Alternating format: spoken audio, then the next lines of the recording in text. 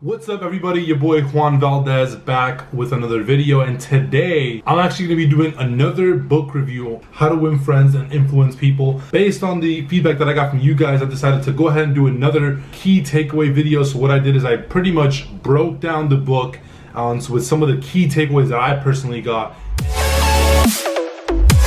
want to start by saying that this book right here is like one of the best books for communication and networking. For anyone that wants to get a lot better with communicating with other people, that maybe you're not the best at getting your point across, or for those of you guys that want to network a lot more, this is the book right here. The way that the school system is set up is that obviously they make us read things that we're not interested in and that are super relevant to our lives. So it makes us associate reading with pain, right? We don't look forward to reading because it's boring and it has nothing to do with anything we want to learn about. When it comes down to, obviously business and entrepreneurship and all that great stuff, books is a tremendous shortcut. Bottom line, I was actually watching a Warren Buffett documentary on my flight here from Boston, and it was honestly super powerful. Warren Buffett, one of the biggest advantages that he had over a lot of other people is the amount of time that he spent reading. Every single day, he reads about 6 to 8 hours a day. Obviously, that's a little excessive. Some of you guys watching probably don't read 6 to 8 hours. I definitely don't read 6 to 8 hours, but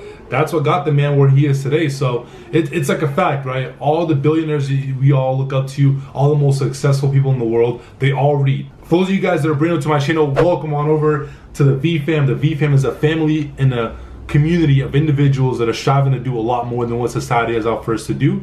And one of those things for a fact is reading, right? When everybody else is, not reading, we're doing it. If you guys want to see, again, a lot more videos like this where I'm doing key takeaways, make sure you drop a thumbs up on the video. If you have any questions along the way, drop them in the comments below, and of course I'll get back to you guys. If you guys haven't already, make sure you smash that subscribe button, join the V-Fam. Alright, so for the first part of the book goes over techniques you can use to handle people, right? One of the first ones that I picked up from them is when you see somebody doing something wrong, not criticizing them on it. And that's a huge mistake that a lot of us make. It's just natural, it's second nature. Another technique, and when it comes to handling people, is you want to give people, when they do something right, give them honest and sincere appreciation, right? People know when you say, like, give someone like a compliment, make sure the compliment is actually congruent to what it is that they're doing. You're not just saying like a bland statement to kind of give them the compliment, make them feel good, right? Because people know when you're being real and when you're not. That was the key takeaway that I got from it.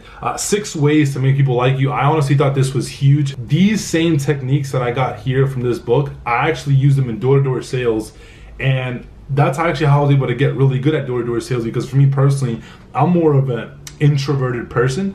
So for me, like, talking to people is already like completely out of my comfort zone. Getting people to like me is definitely out of my comfort zone because I'm used to not even talking to as much people. For those of you guys that are introverted, you can use these same skill sets to become a lot more extroverted and connect and really get more people to like you, right? So one of the ways you can do that is by just becoming genuinely interested in other people, right? So when you go out there, obviously one of the ways you can connect with other people is like ask them, what they do, things like that.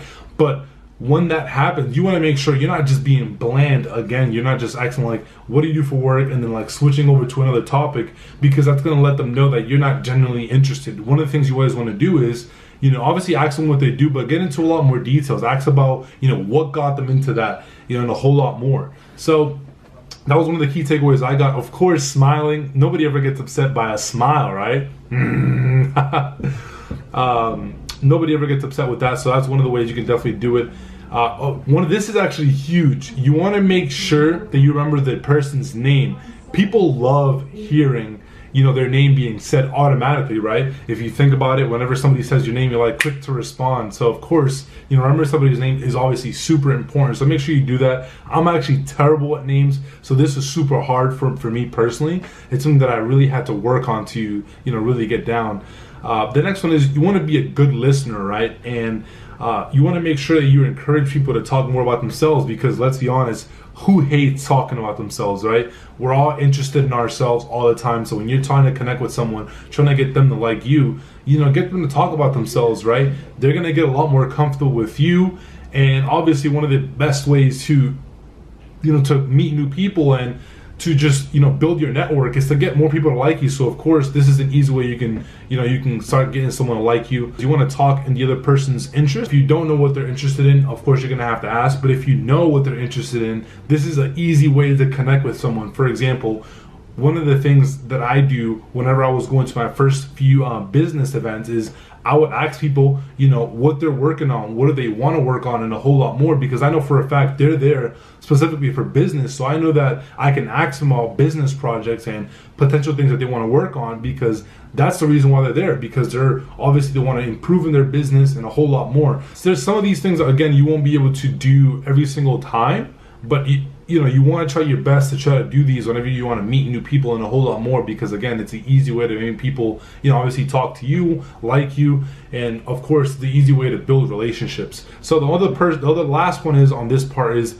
to make the other person feel important. And again, you want to do that sincerely, right? You want to let them know when you're talking to them, you want to obviously give them the respect that they require when they're talking. Don't interrupt them, do things like that, because obviously you want to show people the respect that you want to get. So of course, what better way to do that than to you giving the respect first, and obviously you usually get that respect back. Whenever you want to win people to think or agree with your way of thinking, there's some key things you want to do, because there's a lot better ways to do it than just to try to shove your idea down people's throats. I was selling solar door to door, right? So I couldn't just tell people, hey, solar and renewable energy is a lot better than burning fossil fuels and carbon emissions. I mean, obviously it is true that clean and renewable energy is a lot better, but I couldn't just shove that down people's throats to make them go ahead and switch over to, buy the product that I had. I had to find ways to make it engaging and find ways to actually make them understand why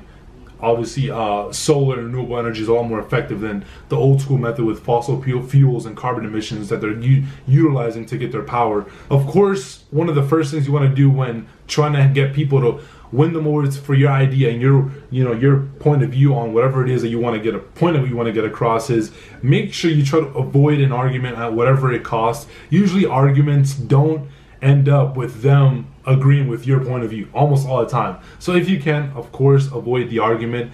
You want to make sure that you definitely show respect to other people's opinions. One of the biggest rules I learned from one of my biggest mentors, Grant Cardone, is to basically, never say no, right? Acknowledge the person's response and, just let them know that you understand completely where they're coming from, and then give them your point of view. You don't want to ever say, no, you're wrong, this is why. As soon as you say no to people and you're wrong, you kind of feel disrespected, right? Because obviously you got that information from somewhere and you felt it was important to get that across. So you definitely don't want to say no. One of the biggest things that we tried to do whenever we were doing sales is really try to almost never say no to everybody. Always say, yeah, I'm with you. Yeah, but also every single term that I could use to basically not say no, we would use, and because we knew that we never wanted to say no to anyone and let them know that they were wrong, right? Instead, we wanted to show them, another point of view, another perspective. So you want to try to honestly see other people's point of views, because where we come from, usually when we have a point of view on one specific subject and the time comes to, again, listen to somebody else's point of view, we usually don't even want to listen to their point of view and want to stick to what we know. But there are tons of times where the other person can have a valid point of view with like statistics and research and a whole lot more. So you always want to be good at listening to other people's point of views, because you never know when somebody else's approach can be a lot better than the approach that you had originally had, in your mind, right? You always want to be open to other people's point of views, because you never know, where that point of view comes from, and if that makes much more sense, and if that point of view that they have may be like a specific marketing point of view that makes a lot more sense and can lead to like you making more sales or better conversions on your like e-commerce website. That's why I'm always open to hearing different people's perspective when it comes to e-commerce, marketing, sales, pretty much anything business related. That's why I'm consistently going to different conferences, events. That's why I'm reading tons of different books, because I always want to see different people's point of views on different things, right? That's how obviously we can learn and we can see what works, test new things, and a whole lot more. Otherwise, we would keep doing the same thing all the time and believe it's right even if it wasn't. So again, you want to stay open to other people's point of views. You want to talk about your own mistakes before criticizing somebody else. So for example, when I was doing door-to-door sales and when we would have our sales meetings, and one of the ways I would start off whenever I wanted to talk about the mistake that somebody else made was by simply going over some of the mistakes that I used to make when I was first getting started. For example, one of the mistakes I made at first when I was first getting started is disagreeing with people, saying, no, you're wrong, you should get solar no matter what. that's a huge mistake. And people, some of the new guys that were starting obviously would make that mistake. So one of the ways you can criticize other people on their mistakes is by first talking about your own mistakes, then transitioning on to, you know, the mistakes that they're making. And that makes it a lot easier for people to, again, relate to you, allow you to realize that you're just leading by that example because you made those mistakes and obviously you changed it. Improving from the mistakes that you have made is obviously the right thing to do. And so that allows you to be a leader and really lead by example, right? Because now once they realize that you did the same thing that they did, you made that mistake, and obviously you changed it and it became a lot better and you got better results by doing it, it's a lot easier to learn from someone that you know that failed before and just simply changed it and got better results than, you know, simply, you know, getting someone saying like, no, you did this completely wrong, and not really talking about how they also did it wrong, right? You can't really connect to that. You guys can keep these notes right here. These are literally some of the key takeaways. If you guys pick up the book, you'll see that these exact same things are in there. I just figured I kind of shortened the, you know, the notes that I had for you guys and some of the things I wanted to go over. If I wouldn't have mastered the skills that I learned from this book, first off, I wouldn't have met the people that I've met. I wouldn't have the network of people that I have around me. And honestly, I don't think I would have been here where I'm at today without learning the skills that it takes to really be an effective communicator and networker. Because again, you know, one of the biggest things that helped me was being able to communicate with people, right? Getting my message across, that helped me automatically make more money because again, I was able to sell people on the idea of why they should go solar. Even though not all of you guys have to sell people on solar, but you can use the same tactics with sales, right?